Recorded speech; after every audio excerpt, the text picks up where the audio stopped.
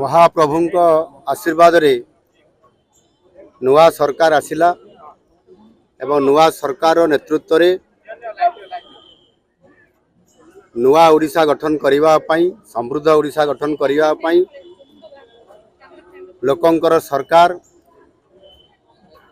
विगत 100 दिन है आज 100 दिन पूरीला ये 100 दिन रे महाप्रभुंकर ये श्रीक्षेत्र रे बड़दाण्डर आमर शरधा बाली रे आज एक 100 दिनिया पालनर पर्व थिला आ से शुभ अवसर आज आम महाप्रभु श्री जगन्नाथ को आज दर्शन कलु। प्रभु को आशीर्वाद रे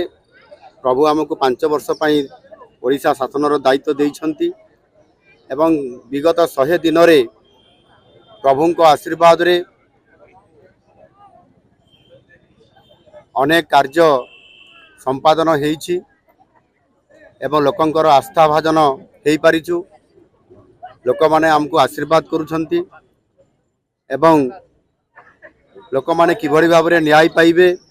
ओडिशार केमिति विकास हबो एवं आगामी 5 वर्ष रे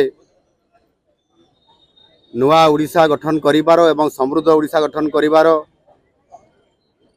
जो विकास रास्ता बाहरी ताहा आगेइबो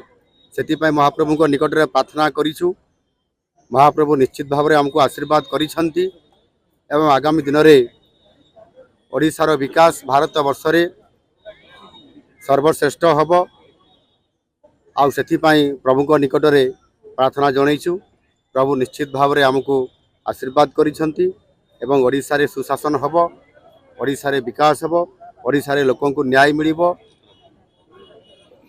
ए कथा प्रभु को निकट रे मु प्रार्थना करिछि। प्रभु निश्चित भाव में आशीर्वाद देइछंती। सर 100 दिन आपनकर इस्ताहार जहा थिला ता भीतर निश्चित भाव में किछि आपन प्रतिनिधि पालन करिसंती आगामी 1000 दिन पय आपन आगामी दिन पय कोन वर्तमान महिला सशक्तिकरण महिलार जो जो नियुक्ति तार देखंतु स्पष्ट भाव में निर्वाचन पूर्वरु आम दलर शीर्ष नेतृत्व से माने घोषणा पत्र रे पॉलिटिकल मैनिफेस्टो रे बा आमर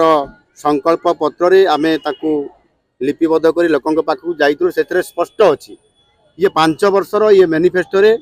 समय अनुसार आवश्यकता अनुसार ओडिशार विकास क्षेत्र में समस्त योजना गुड़िक घोषणा हब और घोषणा हो चली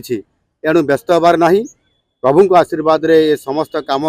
यथा रीति अनुसार एवं विधानसभा रे